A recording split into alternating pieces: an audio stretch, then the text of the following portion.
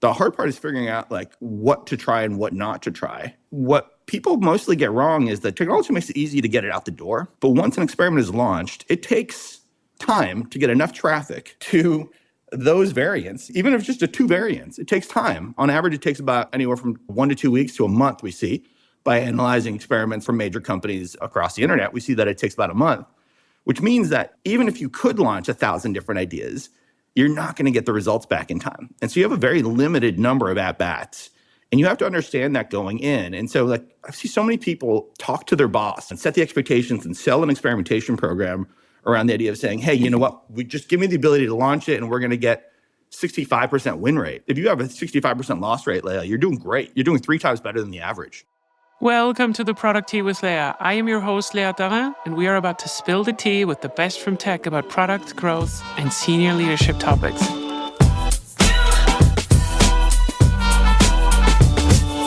Ladies and gentlemen, welcome to the Product Tea, the algorithmic puppet master of growth hacking who turned Meetup into a corporate speed dating app for WeWork's kombucha crowd is here today.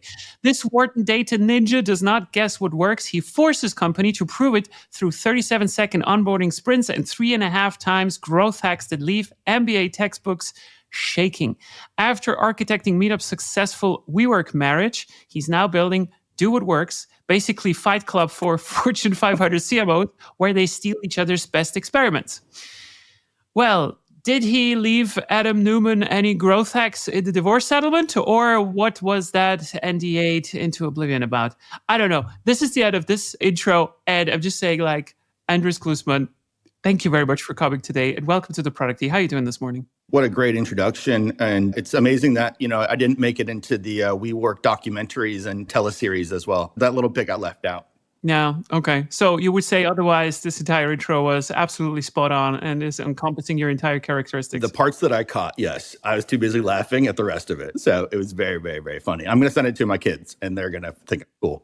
Well, that's very nice. Thank you very much for the compliment. This had a lot of tongue rollers in there, or they're quite hard, but I tried to challenge myself. Andres, what do people get wrong about you once they get to know you? It's actually a question I ask in every single interview that I've asked over the last several decades. So I've probably asked it close to 1,000 times. And it is one of my absolute favorite questions. There's so many different ways you can answer it, or I've heard it being answered too. With me, the number one thing, or the thing that people get wrong is that I appear a certain way on the surface and I'm a little bit different underneath. So if you see me talking and throughout this conversation, you're probably going to see me have very intense look on my face and it's going to look like I'm angry at some points. But really, it's just because I'm really thinking very, very hard. I'm actually extremely playful and the creator of many, many practical jokes. And I'm always very jocular, but when I'm thinking, it looks like I'm ready to kind of run through a wall. I have some bad news for you, Andres. Every woman that has listened right now knows exactly what you're talking about. What you talk about is having a bitch face. I've heard it described as that way, resting bitch face, yes. It's a resting bitch face. I have to say, unfortunately, but... Yeah, I have thinking bitch face is what it comes down to. I hope that's not the lead quote that you open the episode with. That'd be really fun. No, me neither. We call it an RBF, but gravity as we age is just like helping to do that. I also look perpetually more angry than I actually am. But hey, we're not going to talk about RBFs today. What we are talking about, I'm very excited about this, in the endless notes that we took since our first introduction call, is everybody's favorite hobby, which is customer acquisition. And customer acquisition has one important part in there, and that is the provability of it, or as we're talking about oftentimes, A/B experimentation. Now, you have written a lot about this topic. You've been doing it more than 1 year. Can you maybe give a little bit of a frame on hey, what do you understand under this? How long have you been doing and why is this so important in our business when we're talking about customer acquisition? Yeah, sure. I've been running experiments in some form or fashion online since the late 1990s. So since 1998, in the very earliest days of the commercial internet, I've been running experiments. So it's really spent the last 2 decades both running tests online in terms of driving people to websites. In the first little bit of my career, worked for companies like the Disney Store and CD Now and various other early internet pioneers. And then the second half of my career helped launch Meetup. Well, from there, I helped launch Meetup, and we were early pioneers in online experimentation, which caused our results to really hockey stick upwards because we were very lucky in some of the first experiments we ran that they made really big impact. And I just really absolutely fell in love with experimentation. I know what it can do, but I've really devoted the second half of my career now to figuring out how to fix the fundamental flaws in experimentation. So when you're saying fundamental flaws, what's wrong with experimentation? The thing about experimentation is that when it works, it's just lights out. It's amazing. Only good things happen, especially when you're focused on conversion rate optimization, right? When you pay a certain amount of money, pay millions or billions of dollars to get people to your front door, if you get a higher percentage of them to go through, all your metrics just suddenly got better, right? Your cost of acquisition went down, your volumes go up, your ability to outspend your competitors goes up. So everybody hears those positive things about experiments and say, yeah, I want some of that. I got to do that, right? And technology vendors are more than happy to sell you technologies saying that, oh yeah, this is how you do it. All you need to do is install the tech and set it and forget it, and it goes. The reality that nobody really talks about is that 89% of experiments do not move the needle. So 8 out of 9 things that people try do not work, which is a crazy amount of loss. You know, the sort of the joke I like to make is, would you get into a car if it didn't work 8 out of 9 times, right? And most people wouldn't. And I think at this point, we'd be riding around on horses if cars were that effective, right? But the industry is in its horse and buggy phase right now. And I think there's a lot that can be done and that needs to be thought about differently in order to make experimentation realize its full potential. So let's clarify this a little bit. When you're saying like 89%, we need to add a little flavor to this kind of number, because I'm always talking about that I failed about 65% of my time in my career with the last 300 experiments that I did in 2019 to 2022. But so when you're saying they fail, do you mean they either do not deliver a result or they are not provable because the data sample is too low, or it is set up in a way that is just not making any sense? Yeah, it's a great question. So the stat comes from Optimizely, literally on their platform, which is the percentage of experiments that have a positive impact. At the end of the day, like you're really saying, there's sort of 3 outcomes with any experiment. There's a positive impact, a negative impact, and no impact. The vast majority of experiments are going to fall into that no impact range. 11% are going to have a positive impact, and and then the rest are going to have absolutely no impact or have a negative impact whatsoever. You know, early in my career as a pioneer in the lean startup movement, I used to go to Eric Ries's conferences. We'd get up on stage and talk about like how it's okay to run experiments, and as long as you're learning and you're setting things up to learn. I still fundamentally believe that. It was a huge driver or thing that I had to believe, and I still believe it for my psyche in this business because it's so hard to change people's behavior. But the reality is that that's a humongous amount of, you'd rather get the result and learn as opposed to just learning. And so from my experience, if you're a product leader, as a product leader, and I've been here, where we started running experiments at Meetup and it worked, and we started saying, great, let's do more and more of this, right? You run 2, 3, 4, 5, 20, 30 experiments. After a certain period of time, if you're not getting the results, you're standing up in front of the company and you're talking about all the lessons you've learned. People get tired of hearing the lessons you've learned. They want to basically see the impact as well, right? And so the part that makes it really, really hard is that it's not hard to launch experiments these days. It's not hard to come up with ideas. It's easier than ever to generate things. The hard part is figuring out like what to try and what not to try. And what people mostly get wrong is that technology makes it easy to get it out the door. But once an experiment is launched, it takes time to get enough traffic to those variants, even if it's just 2 variants, it takes time. On average, it takes about anywhere from 1 to 2 weeks to a month, we see. By analyzing experiments from major companies across the internet, we see that it takes about a month, which means that even if you could launch 1,000 different ideas, you're not going to get the results back in time. And so you have a very limited number of at-bats, and you have to understand that going in. And so like I see so many people talk to their boss and set the expectations and sell an experimentation program around the idea of saying, hey, you know what, we just give me the ability to launch it and we're going to get 65% win rate. If you have a 65% loss rate, Leila, you're doing great. You're doing 3 times better than the average, right, in the industry right now. Because if you're winning about a third of the time, that's literally 3x everyone else. And so you're doing something differently than everyone else. But if you don't have the expectations going in with your boss about what the results are likely to be, and then also use that as a mindset in the same way we use experimentation as a mindset that says, look, let's figure out, you run experiments because you have the humility to know that you don't necessarily know what's going to change behavior. And in the same way, you have to have the humility to know that your most likely outcome is to be wrong and be wrong a lot of the time. And so the challenge now becomes not how do I launch an experiment quickly, which is a good thing to do. It's always a good thing to do. It's how do I get the lesson learned as fast as possible? And do I need to run an experiment? What are the different avenues by which I can get signals for truth? And then really be like a bloodhound and just lock in on that signal and go after it with a veracity of, maybe bloodhounds aren't even voracious enough. Let's go pitbull, the veracity of a pitbull.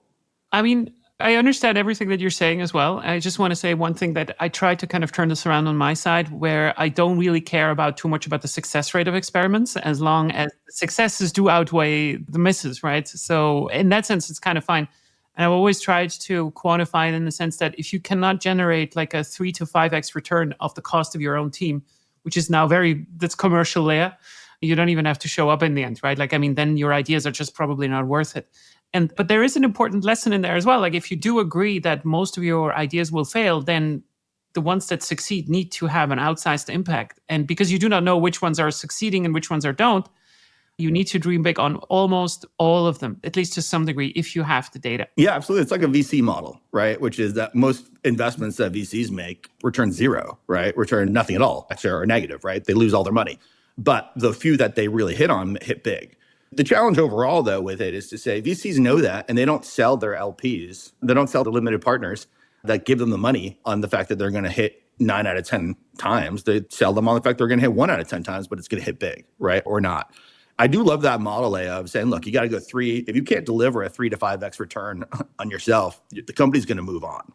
And so the important components of what I take away from what you're saying, which I completely agree with, is you have to gun for that return. You have to be mindful that you got to deliver the return at the end of the day after having a certain number of shots, and you have to set the expectations on how you're going to get there, and then do everything in your power to maximize the likelihood that the portfolio is going to drive the results, right? And so there's the classic RICE model that people use: reach, impact, confidence, effort, in terms of figuring out what to do or what not to do. And 2 of those, reach, you have a really good number on reach. You know for a fact that if you, like, how many people you're going to reach out to. You have a pretty good ability to estimate how much effort it's going to be. Most people underestimate by like a factor of 2 or 3, but you know how much effort it's going to take. Mm-hmm. But the other 2 are totally made up. When people do confidence scoring or impact scoring, they really don't know what's going to work or not work before they run the experiment or before they run the thing, but they still give it a number, which is kind of odd. And that's, again, sort of part of this desire as an industry to quantify things, but they don't have the data to do it unless you've run the experiment before and you're now bringing that to a different part of your experience, or unless you've seen somebody else's experiment where they've run that and it works, and then you're borrowing that, then you can have a confidence. Otherwise, you're just guessing. It's a pure guess. I think you're absolutely right. And then one of the reasons why I don't like these frameworks, I'm one of the very few that does not like RICE or any of that stuff, is that it gives you a false sense of, oh, it's a framework, and now we can jump into an experiment. When, I mean, I'm not against having numbers on stuff where we're like, hey, you know, like this could be a big hit or this could be like a smaller hit and so forth. But between large, medium, and small or whatever, there's just no more justification out of you doing some really, like, you're sitting down and you're going to say like, okay, like if we're increasing now the LTV by 5% with this, then this is going to turn out into that and that, right? So like you need to create a business at some point before you even go into the experimentation. So would it be fair to say that you say between kind of like estimating ideas and launching an experiment, there's not enough work in between? Is that what you're saying, right? It's about getting data in a lot of different ways to justify the invested time to do it. And then there's obviously the time that it takes to get the data. So, you know, what you learn in an MBA program, which I had to unlearn when I left Wharton and I actually went and started working in the industry, is that you're better off. Sometimes it's faster to get the actual data and to get in front of people and to talk to them and get real signal than it is to analyze all the different possibilities and run surveys or whatever the case may be. Sometimes it's faster to launch things and see, right? When you're at a certain point, when you're in an optimization journey, there's certain amounts of confidence you can get from those qualitative conversations. Sometimes it's just better to run the test fast. Well, what I'm really getting at, though, is that if you don't, the biggest untapped opportunity is in tapping signal and getting data in the decision-making process quickly, being comfortable around the fact that it's imprecise and that your job is to get signal to get you closer to the truth by whatever mechanism you can get your hands on. It could be qualitative data. It could be looking at your past experiments. In our case, we say you should look at everybody else's experiments. You can run usability tests. I used to run a usability lab at Meetup that ran 400 sessions a year. It's whatever will give you the ability to triangulate in on a truth.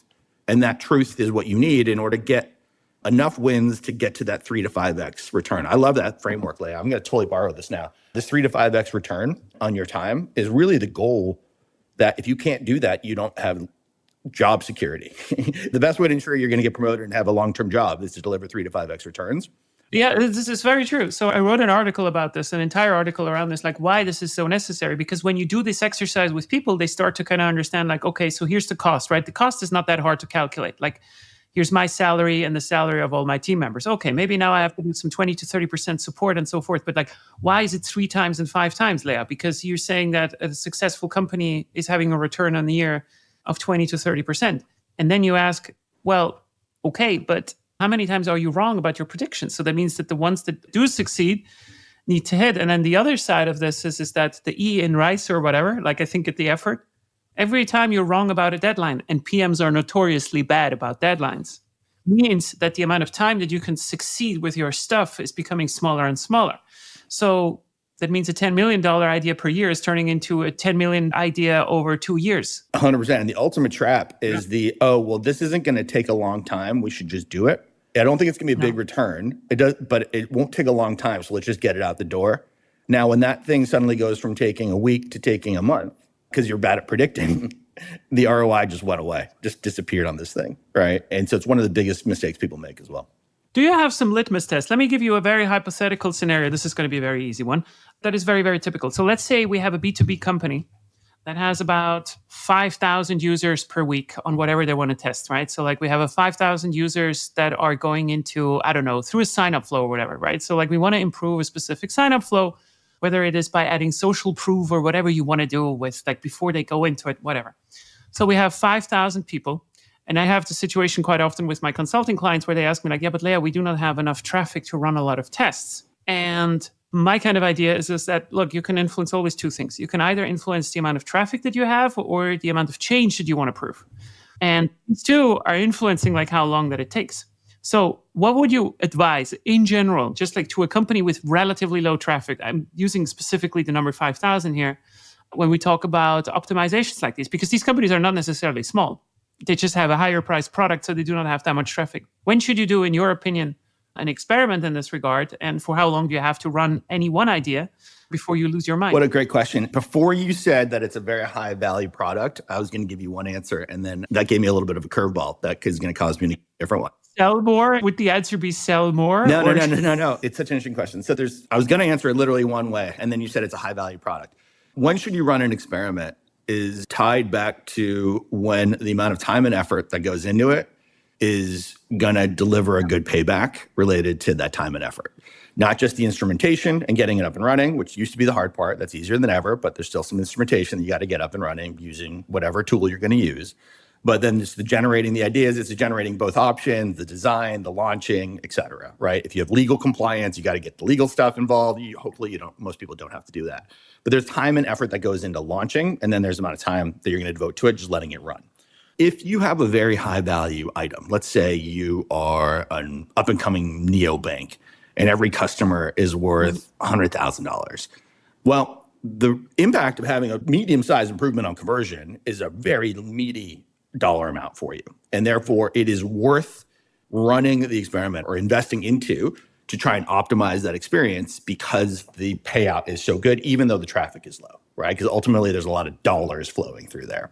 If you were selling packs of bubblegum and you only had 5,000 visitors going through, well, then you're going to need like a 3,000x return, lift in conversion rate in order to justify the cost of the team and the engineers and the designers that are going into making it. In which case, hey, let's not invest our time there. When it comes time, though, if you have a limited amount of traffic in general, you do need to take bigger swings, like you were saying, in order to get reads on what's going to make a difference. Because it is true that a 3% improvement might be phenomenal in terms of revenue at $100,000 a customer, value coming through. But it could very well take you 3, 4, 6 months to get that knowledge. So you're not going to get a lot of those. So you do have to take bigger swings.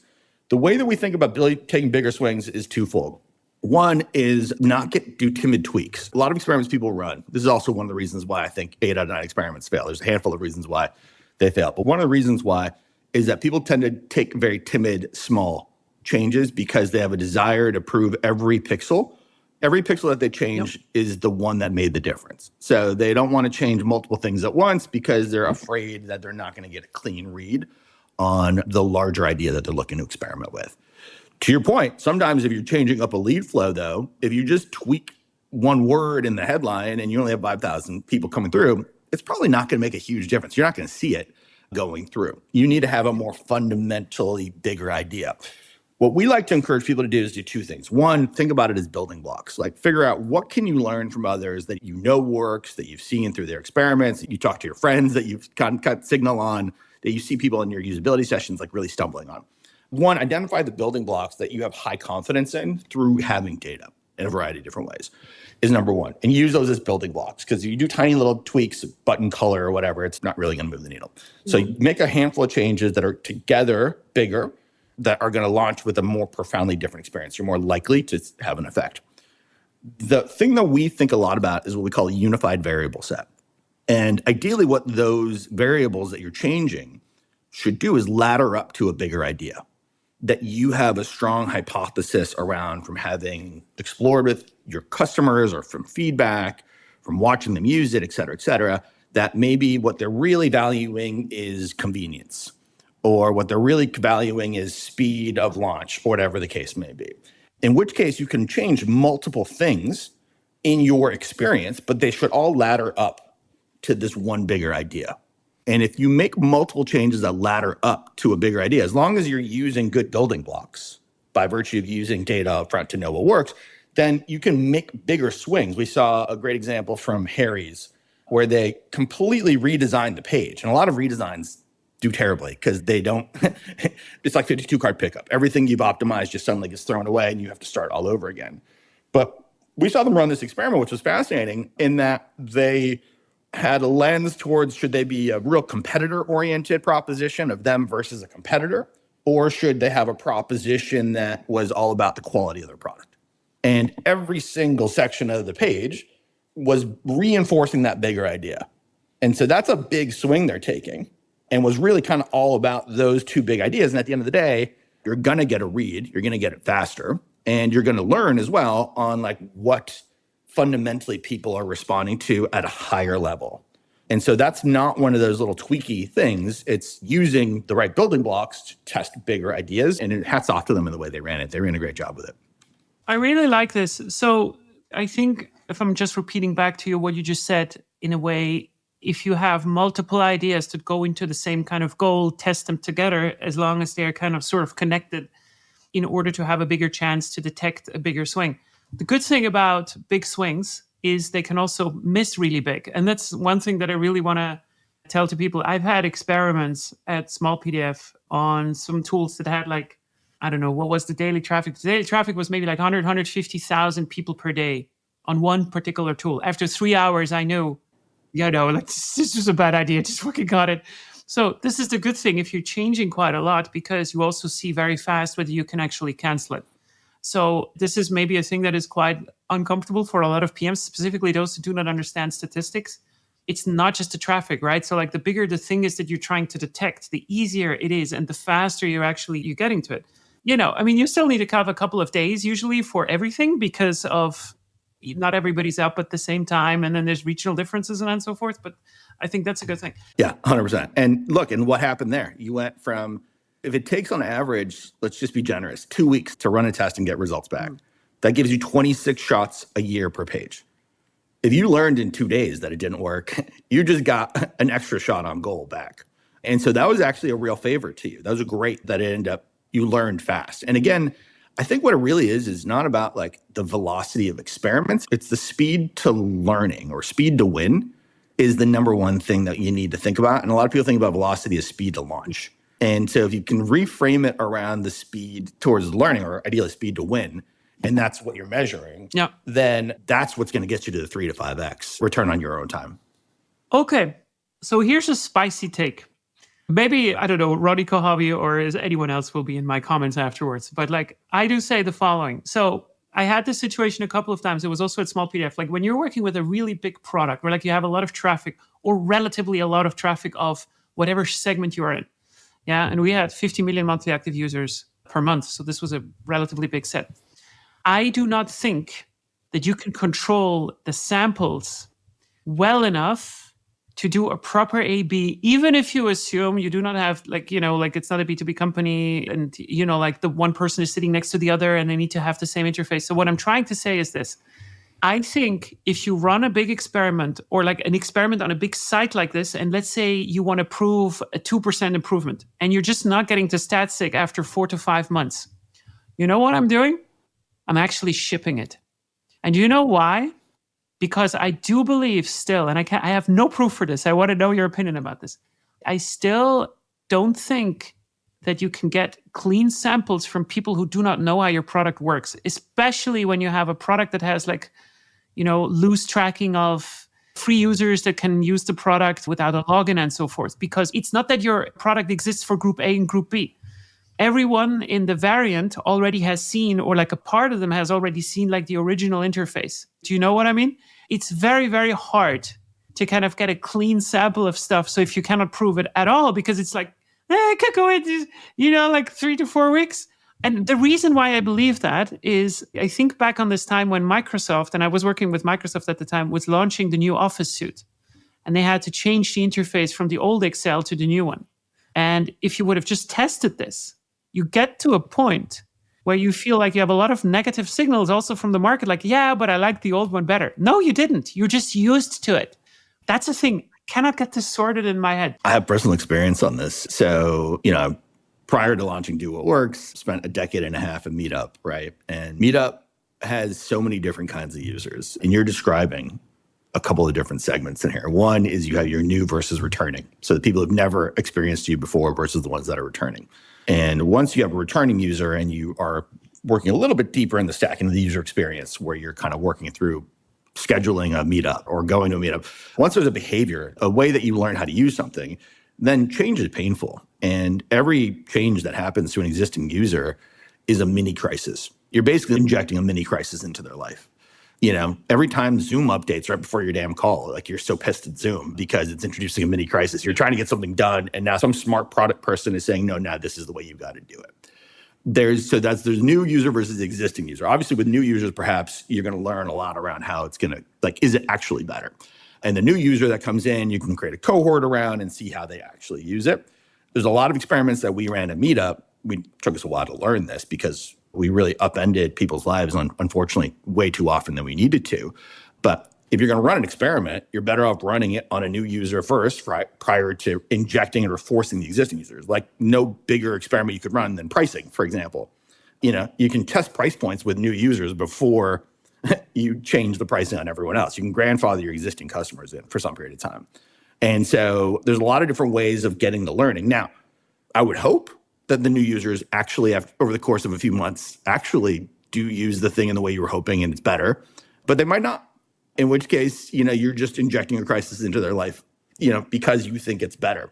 So there's a lot you want to do there in terms of like understanding first and foremost. The secondary thing though is the second part of your question is, there's another component of different kinds of users. I love this question. There's a lot of different kinds of components of users, which is also like, okay, at Meetup, we had moms that were a huge user base of Meetup, stay-at-home moms that used Meetup and had like 300 meetups a month. And then we had tech meetups that had one big meetup once a month, giving a presentation in front of 300 people versus these hundreds of little meetups with 3 or 4 moms in a park or in a living room somewhere. Wildly different experiences. And when we ran experiments on those different audiences, they actually reacted very differently because it's so heterogeneous. And so part of your question also relates to the homogeneity versus heterogeneity of like the base and how different they are. And the more heterogeneous they are, the harder it is to launch a default product that works for everybody involved. And there, you're often going to see it helps some, it hurts some, and you're lucky if you kind of squeak out a gain by having the positive outweigh the negative, is what my personal experience is on that stuff. So it is one of those things where that's the change. I mean, the third component of what you're saying is if you run an experiment and you're not seeing a result, like you're running it for months and months and months, and the impact is minuscule, then you just go with what you like better. There's no scientific reason to go with one or over the other at that point. And you're going to see a lot of companies just go with the new because it builds momentum. It's good for team morale. Some VP somewhere has a lot of capital built up, political capital invested in making this thing go through. And that thing's going to launch, right? Because it's new and it's good. And that's totally okay and adequate. But obviously, they would rather have new and more effective if you can. But there's no shame in going with the thing that you like better if there's no consequence. The shame is really that it lasted 4 months, that you really dragged it out for 4 months and that you invested all that traffic in an experiment or experience you could have invested elsewhere. It's kind of dystopian to say that you should ship it just because someone else has promised it and they need to kind of a win. But you're absolutely on the money, by the way. That's the reality is, I've seen this. I've seen it happen more often than I'd care to admit. And probably most people do too, which is that a lot of redesigns have a lot of people that are invested in the launch. And more often than a lot of people care to admit, that the launch after it goes out is worse, is qualitatively worse. The conversion rate went down, the activity went down, some important metric went down, but it didn't go down by such an amount that that some high up somewhere decided that they were willing to stomach the pain in order to move forward so that they don't look like they're wrong. So let's talk about this maybe a little bit. So I've been with products that objectively look like shit. They handle like crap. They're just not fun to use. They're like outdated and they look like Salesforce, right? Like they're looking very old and they're just not that good. And you have these projects coming up, as you said, like the redesigns that, we need to kind of rework this. And by the way, before people are starting to send me hate letters again, I know we have some people in the A/B experimentation community that always say like, no, only test incremental stuff all the time. And so there's just a point where you cannot polish the turd anymore. It's just not possible. How do you think about this? Let's say we have the beginning of this idea. We say like, hey, we need to rework this entire interface. This is a big throw so that there's no way that we can get the users just bit by bit there. We have this big change that we need to make at some point. Do we test this? If so, with what constraints are we testing it? This is not something that we can run for years, right? Like it is just something that we need to rip the Band-Aid off at some point. But like, how do we know? Or like, what can we know from a redesign like this for an average company that this is the right thing? Yeah, it's something I've experienced. I'm sure you have too, or been around as well.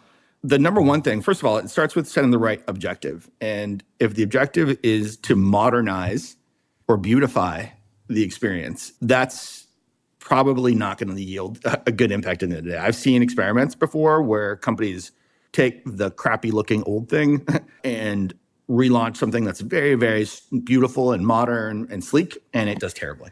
And they quickly revert. The way to make sure that you can get to the more modern aesthetic or the things you want to get while testing your way there is by working backwards from this question, which I love to ask, which is for you to be right, what is the number one thing that has to break in your favor? And then how do you get data on that thing as fast as possible? So at Meetup, for example, we ran these big experiments. We ran a massive platform change that had a big bet around changing literally how a Meetup gets organized, from there being an organizer running it to a completely crowdsourced idea.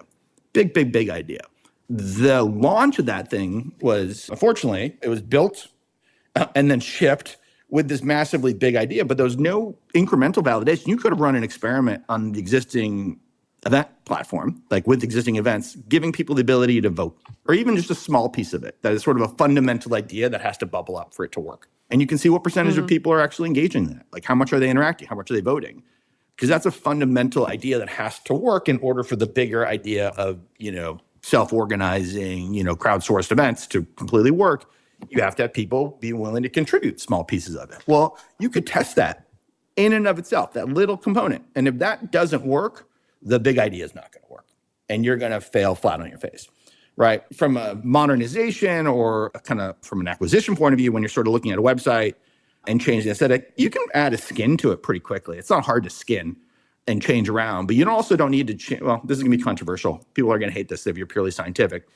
But on a landing page, for example, you can test it on a paid landing page. It's fairly isolated. It's not linked to.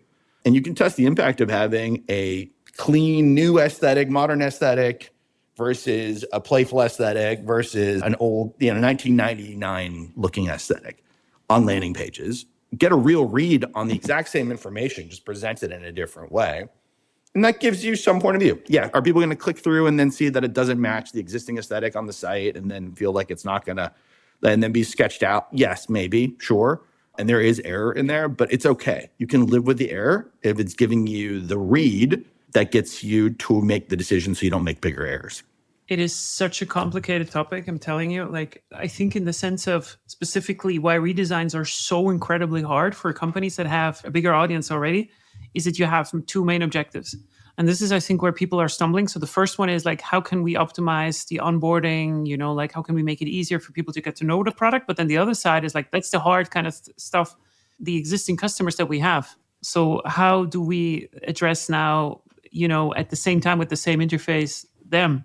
Because they're already used to the old stuff. And I think you are going to lose some people over this for sure. The question is just like, sometimes it's really hard like to measure how many that you're going to gain in the longer run that are not going to go away because you have now this kind of stuff. And I do think that in general, the acquisition driver should always be ease of use. So like how easy is it to use and how fast can you get to a good first impression?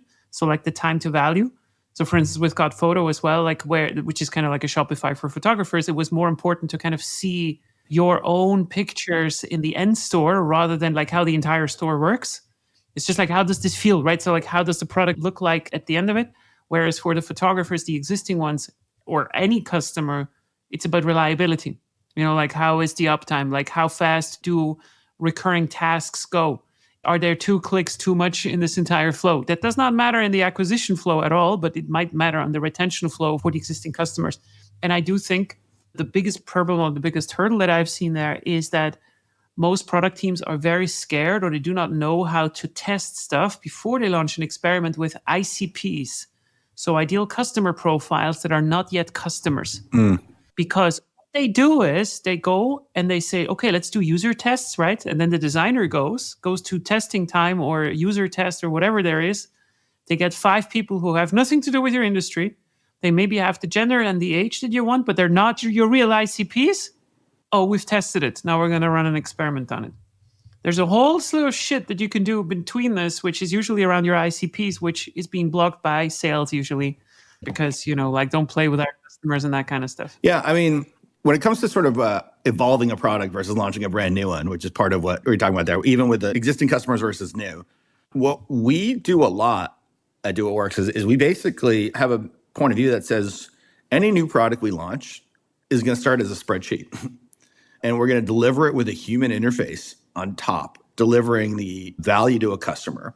And the human is going to approximate the user experience. So we had this hypothesis a few years ago that if you look across multiple experiments, see that our system detects and see how often something wins and how often something loses, a specific variable, like strike-through prices, then you can create a score around it by basically looking at the relative likelihood of it winning or losing by a specific page, and that score can help you make a better decision on how to run an experiment. That was our hypothesis. And what we did, instead of going out and building an interface to have people go through and look at bet scores, as we call them, and interact with them on an online interface, we just rolled it out as a service. We reached out to a handful of customers and said, hey, would you like us to do an analysis of your experience where we have bet scores, where we'll look at the variables, we'll quantify the likelihood that any variable on your page is likely to work or not, or win an experiment, use those recommendations, and then execute those recommendations yourself using whatever platform you're going to use, and let us know if it works, basically. And I think we did it for the first couple customers for very little money. We charged them just a little bit to make sure they had some skin in the game, but very little money. And we proved that worked. And then we said, okay, great. That worked in a spreadsheet. How do we accelerate or make it possible to get those scores in a more scalable way? And now we're just finally at a point now, 2 years later, where we're thinking about like, how do you bring that into the product, which is what we're working on now, to be able to productize that experience. So all that is to say, we would have most definitely failed this initiative if we had tried to create a user interface upfront for those existing users to start doing this new thing and force them to use a self-service platform in that way.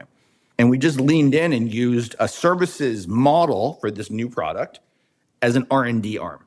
And that allowed us to prove out or very quickly adjust and correct wildly false assumptions, terrible assumptions that we had up front, and find the right set of assumptions to figure out where and how to work into a workflow for our customers.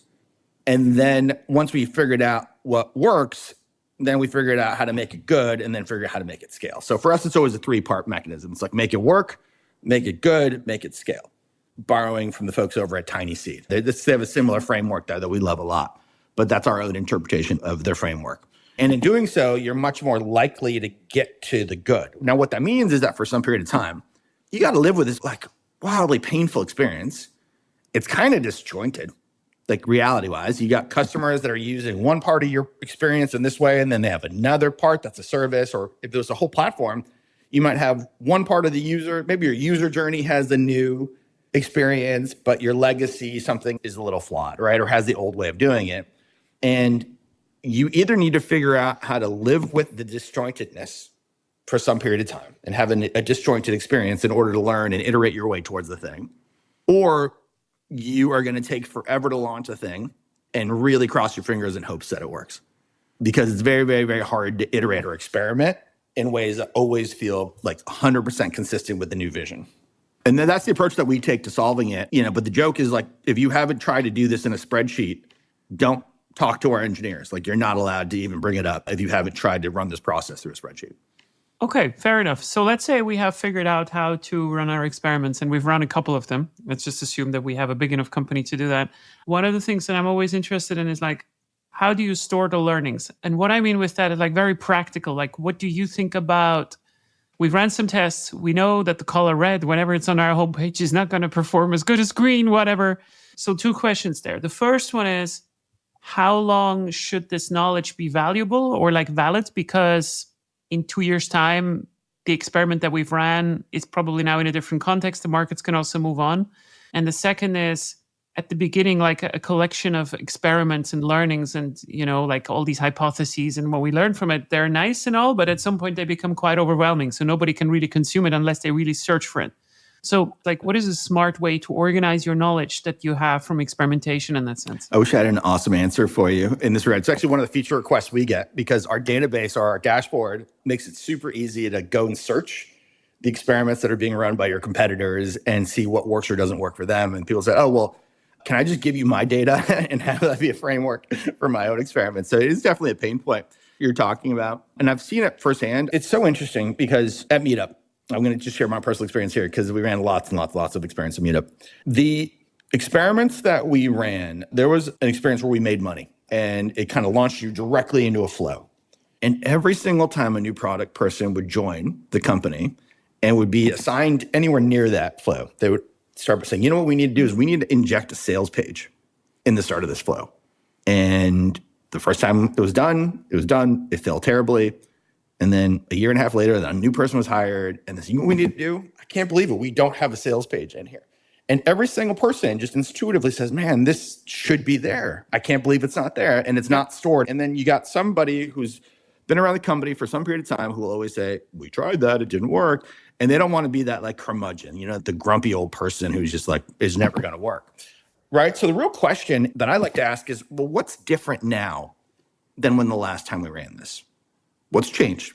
And what we see from looking at experiments across the board is that trends do come and go. Like things that used to work on experiments. We used to see social proof work extremely well. And now when you look at the uses of social proof, there's so many applications where we see people run experiments in the wild where it's just not working. And so it's a trend that people internalize as saying, yes, that should work, but it doesn't work. So it's kind of come and gone, to your point. So the internet is not a static place. Things do change. The real question is, why invest now in this idea? And really the way to answer it is, what is different now than when the last time we ran it? And if the thing that's different is that the industry has changed and now it's acceptable to do X, Y, and Z, well, you should be able to see, with us, we could look at and see, do other people's experiments work this way? You could talk to other people who are doing it and see, does that actually work? And if the answer is no, then don't waste the month of traffic and the months of takes to build the dang thing if you're just recreating something that looked a lot like what you did before. And if it's purely like, well, the execution was flawed, but the idea is good, that's really, really hard. It's really hard to believe that one. If you've taken 8 bites at that apple and it still hasn't worked, right? I find it hard to believe that the 9th version of it is going to be the one that moves the needle because you've got the right faces or the right imagery or whatever the case may be. Yeah. I also don't know the answer. I think it's quite hard because you also cannot say like, hey, like after 2 years, you should discard old ideas and so forth, because it really matters like where you did them and like why you did them as well. It's true. I will tell you this. One of the things we're doing, I was telling you about those things we call bet scores, where we're aggregating the results of lots of different experiments and then quantifying how likely it is to win or lose. What we are launching now internally is a way of sort of tracking how those change over time. And so I can tell you a year from now, but I can tell you a little bit around how persistent is a pattern and what are the kinds of patterns, more likely than not, what are the kinds of patterns that are going to be blips and what are the kinds of things that are actually going to sustain when experimented with. And that's totally different than the trends, which you see everyone see that like Notion, we saw this a lot. So Notion blew up, right? It became like really big and everyone loved it. And so what is it about Notion that everyone looks at when they look at their experience? Oh, they've got all these cute little cartoons, these little animations. So everyone looked at Notion and they said, you know what we're going to do? We're going to start adding these little animations to our website because they're super cute, these little illustrations. So I saw suddenly in DualWorks, I see like all of these people running these tests with animations or these illustrations. And guess what? It's actually like worse. It's amongst the worst of the kinds of images you could have, right? And so it's copying the wrong thing. It's seeing somebody be successful and then saying, they did this, therefore I should do it too, and that'll make me successful. It's like wearing a black turtleneck and thinking you're going to launch better products because Steve Jobs did it. That's a good example. Yeah, that's not why Steve Jobs was successful. I was thinking about going to a concert of Run DMC, and then if you wear the sneakers, you can rap better. Exactly. No, unless my sneakers are about like 3 feet of sole, I'm not going to be able to dunk a basketball. Yeah, fair enough. So Andres, like, because we're going for almost an hour, but like if you had one piece of media or like one piece of idea or like one piece of whatever about experimentation, like what would you recommend to people to read or consume in that sense that has, it doesn't need to be from experimentation. So for instance, for me, it would be Super Forecasting by Philip Tetlock that really gives really great insights about why it is so hard to predict the future in general. But is there some piece of media or anything that you would suggest to someone to kind of delve into where you feel like, that's the thing that you need to read if you really want to understand what's been going on? I'm going to go with the ones that have been most formative for me in my product career. And there's the easy and then there's the extremely hard books. So I'll give both. The easy, which I think is unbelievably great, is a PDF from 37 Signals called Getting Real, that you could probably find online as an ebook or free. I'm not 100% sure. But it has one of the most fundamentally useful approaches to like building product that I've ever seen. And there's lots of ways of thinking about it in there, but the biggest ideas are like approximate what the product is going to be as early as you possibly can and work from the inside out. Like think about the value creator and then work your way outwards from the value creator. And that's a PDF that you could read. It's free and it's probably less than 60 pages. Other end of the spectrum, exceptionally like painful, is a book called 4 Steps to the Epiphany by Steve Blank. Steve Blank that morphed into the lean startup movement by Eric Ries, but he was basically the creator of customer development. And it talks about the ways in which to think about and structure your product development process, factoring in or getting data at the right times and running experiments. But it's a lot like the Lean Startup. Lean Startup was built on top of it, but it's a very crude, rough book. It was written by him and self-published. There are sentences that sometimes just don't even end. They don't have punctuation and they just stop. It's a brutal read. But when somebody comes up to me and says, this is my favorite book, that's sort of a signal to me that they've done the work and that they can get through it, or that they're really, really passionate about experimentation or their product in general. So like if people would have read like McKinsey's valuation, then I know like, okay, you know a little bit about finance. Okay. Exactly. It's a badge of honor at a certain point that it's so hard to read, but it's really good. And for me, it was actually probably the most formative book I've read in my career. One of the 2 most formative books. Very cool. I will put it into the show notes. And yeah, thank you very much for coming. Do you want people to contact you? If so, where should they do it? I'm obviously on LinkedIn. So Andres Glusman at LinkedIn. Yeah, you can get a hold of me at andres@dowhatworks.io as well. And that's my email address, obviously. Thank you very much for coming. And that's the end of this episode.